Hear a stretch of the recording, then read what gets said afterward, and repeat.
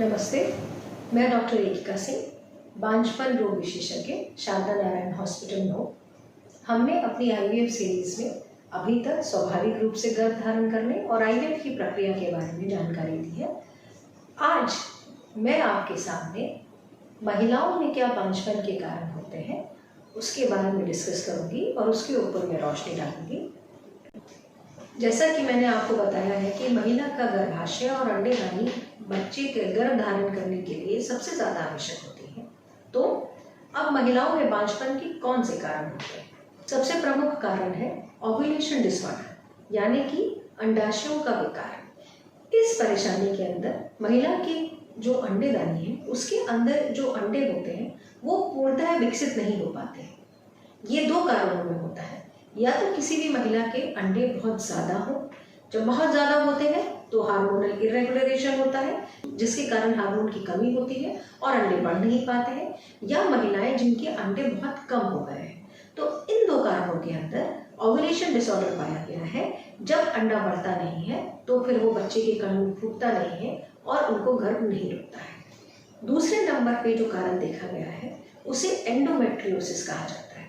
Endometriosis एक ऐसी बीमारी है जिसमें कुछ अंदर की जो परत है, एंडोमेट्रियम जिसको कहते हैं, वो बच्चेदानी पे, अंडेदानी पे और नीचे के पेल्विक हिस्से के विभिन्न जगहों पे जाके चिपक जाती है और वहाँ वो इन्फेक्शन करती है।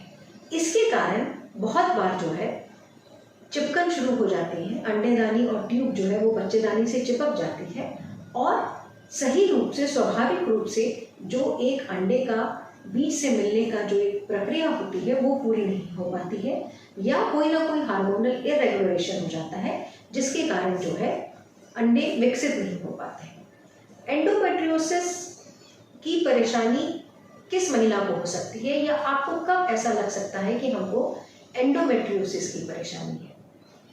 ऐसी महिलाएं जिनको एंडोमेट्रियोसिस है उनको अधिकतर जो है जब महीना आता है तो महीने में दर्द बहुत ज़्यादा रहता है। वो दर्द बहुत बार दवा लेने के बावजूद नहीं कम होता है। उनको संभोग रखने में दर्द होता है, बहुत बार शौच या पेशाब करने में भी दर्द होता है, पेल्विक एरिया में उनको पेन रहता है। इन सब कारणों से बहुत बार इन महिलाओं के अंदर परेशानियां आ जाती हैं और उनको स्वाभाविक रूप से गर्भ रुकने में मुश्किल होती है।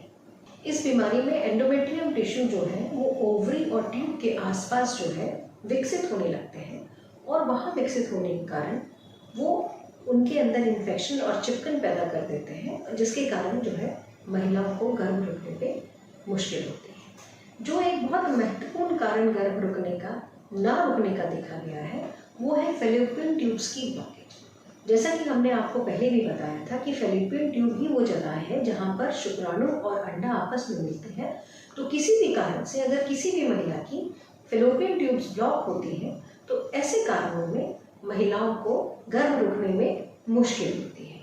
फैलोपियन ट्यूब्स कई कारणों में जो है बंद पाई जाती हैं, जैसे कि किसी महिला को अगर ट्यूबरकुलोसिस का इन्फेक्शन हुआ हो, या किसी महिला को पीआईडी का इन्फेक्शन हुआ हो, या किसी महिला को बच्चा ट्यूब में फंस गया हो और उस कारण से उसकी ट्यूब को काटना पड़ा हो। तो इन सब कारणों में ट्यूबल ब्लॉकेज हो जाती है और अंडा और शुक्राणु आपस में नहीं मिल पाते, तो महिला को गर्भ रुकने में मुश्किल हो सकती है। ट्यूबरकुलोसिस का इन्फेक्शन या एंडोमेट्रियोसिस का इन्फेक्शन या पीआईडी कई बार दोनों ही ट्यूब्स को जो है खराब कर देता है और दोनों ही ट्यूब्स बंद हो जाती हैं। एक्टोपिक प्रेगनेंसी के अंदर कई बार एक ट्यूब के अंदर बच्चा करने के कारण वो ट्यूब को काटना पड़ जाता है।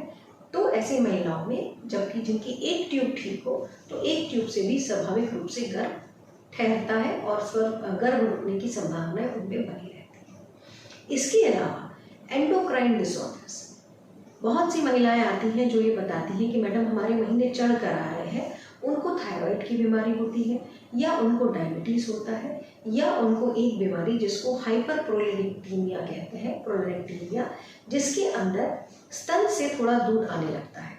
तो इन बीमारियों के अंदर भी जो है महिलाओं में ओव्यूलेशन डिसऑर्डर हो जाता है, अंडे सही रूप से विकसित नहीं हो पाते हैं और गर्भ रुकने में मुश्किल होती है। सबसे महत्वपूर्ण कारण गर्भ रुकने का किसी भी महिला का उम्र कहा जाता है। ये देखा गया है वो महिलाएं जिनकी उम्र 20 से 36 साल है, ऐसी महिलाओं में स्वाभाविक रूप से गर्भ रुकने की क्षमता ज़्यादा होती है बनिस्बत उन महिलाओं की जिनकी उम्र 36 से 40 हो गई है। और 40 के बाद स्वाभाविक रूप से गर्भ तो रुकते हैं, कई महिलाओं में गर्भ रुकता है, लेकिन उनके अंदर एम्ब्रियो में विकार या एनीप्योरिटी हम कहते हैं, जिसके अंदर एम्ब्रियो के अंदर कोई ना कोई बीमारी, कॉन्जेनाइटल मैलफॉर्मेशन के चांसेस ज़्यादा होते हैं। तो ऐसे में उनके बच्चों के अबॉर्शन होने के चांसेस ज़्यादा होते हैं। तो यदि कोई महिला जिसकी उम्र 36 साल से भी ऊपर हो गई है और उनको गर्भ नहीं रुक रहा है, तो उनको ज़रूर किसी इनफर्टिलिटी स्पेशलिस्ट को मिलना चाहिए, क्योंकि उम्र जो है किसी भी महिला की उसके अंडे के ऊपर असर देती है। अंडों का खराब होना, उनके अंदर कॉन्जेनाइटल बीमारियों का बनना, जिनसे उनका विकास पूर्णतः अच्छे रूप से ना हो पाए, ये चीज़ों के लक्षण बढ़ने शुरू हो जाते हैं।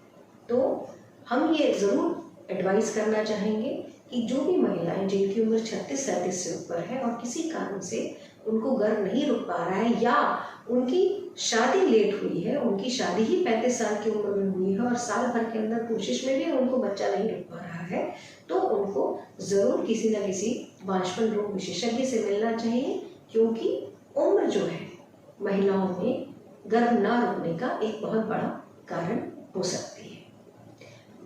उम्र में मैं ज़रूर बताना चाहूँगी कि 40 से 42 के बाद, जैसे मैंने आपको कहा कि उसके अंदर कहीं ना कहीं विकार आना शुरू हो जाता है एम्ब्रियो के अंदर और एबॉर्शन के चांसेस बढ़ जाते हैं। इसके अलावा रसौली, फाइब्रॉइड, गांठ, इसको आप कई नाम से बुला सकते हैं। अगर बच्चेदानी के अंदर ट्यूमर है जो कि परत के पास है या परत को खराब कर रहा है, या ट्यूमर बहुत बड़ा है, ऐसे ट्यूमर जो है बहुत बार मरीजों को परेशानी देते हैं, महिलाओं को परेशानी देते हैं और उनको गर्भ रुकने में भी परेशानी देते हैं।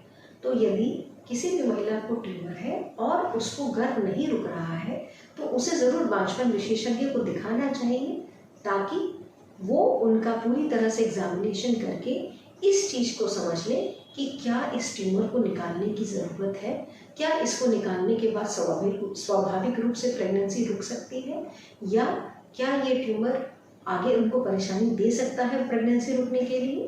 तो फाइब्रॉइड अगर किसी महिला को है या रसौली किसी महिला को है और उसको गर्भ नहीं रुक रहा है, बाकी कोई कारण ऐसा नहीं नज़र आ रहा है जिसके कारण गर्भ रुकने की परेशानी होनी चाहिए, तो उनको ज़रूर बांझपन रोग विशेषज्ञ को मिलना चाहिए। इसके अलावा मैं ज़रूर बताना चाहूँगी, तनाव आजकल की भागती दौड़ती ज़िंदगी में जहाँ हर चीज़ में कुछ ना कुछ परेशानियाँ हैं, तो मानसिक तनाव भी रिसर्च में देखा गया है कि बहुत बार बांझपन का कारण हो सकता है। साथ में जीवन शैली, आप किस तरह की जीवन शैली रखती हैं? क्या आप सिडेंट्री यानी कि सिर्फ घर बैठे रहने का काम करती हैं, या आपके खान पान के अंदर जो है फैट की चीज़ें, मीठी चीज़ें ज़्यादा हैं, जिससे कि आपके शरीर पे चर्बी बढ़ सकती है, वो चीज़ें ज़्यादा है,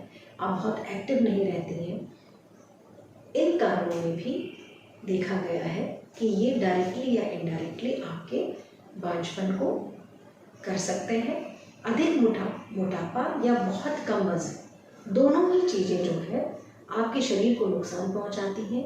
इसमें कहीं ना कहीं ग्रंथियों में हार्मोनल इरेगुलेशन होता है और उन इरेगुलेशन के कारण आपका ओव्यूलेशन डिसऑर्डर हो सकता है, यानी कि अंडाशय में विकार हो सकता है, और ये कोई ना कोई तरीके से बांझपन का कारण बन सकती है। तो बाकी कारणों के अलावा हमें स्वस्थ भोजन करना, कोशिश करना तनाव रहित रहे, ये भी अगर हम अपने जीवन शैली में लेते हैं तो शायद हम कंसीव करने में, कोई भी महिला कंसीव करने में परेशान ना हो। तो इन नटशल अगर मैं आपको ये बताना चाहूँ, किसी भी ऐसी महिला जिसको महावारी की परेशानी है, महीने चढ़कर आते हैं या महीने कम आते हैं और गर्भ नहीं रुक रहा है, एंडोमेट्रियोसिस की परेशानी है, गर्भ रुक नहीं रहा है, ट्यूब्स बंद है, उम्र ज़्यादा है या बच्चा बंदी करा ली गई है या एक्टोपिक प्रेगनेंसी हुई है, ऐसी महिलाओं को अगर गर्भ रोकने में मुश्किल हो रही है तो उनको ज़रूर अपना इलाज करना चाहिए या किसी बांझपन विशेषज्ञ को मिलना चाहिए, क्योंकि ये जो है आपके बांझपन के कारण हो सकता है। मैं डॉक्टर एकिका सिंह, शारदा नारायण हॉस्पिटल नौ। आज हमने आपके साथ महिलाओं में बांझपन के कारण के बारे में विचार विमर्श किया है, डिस्कस किया है। यदि आपको इससे कोई भी परेशानी है या इस तरह के कोई भी क्वेश्चन है जो आप हमसे पूछना चाहते हैं तो आप हमारे नीचे लिखे हुए लिंक के ऊपर अपने क्वेश्चन भेज सकती हैं और हमसे शारदा नारायण हॉस्पिटल में आकर मिल सकते हैं।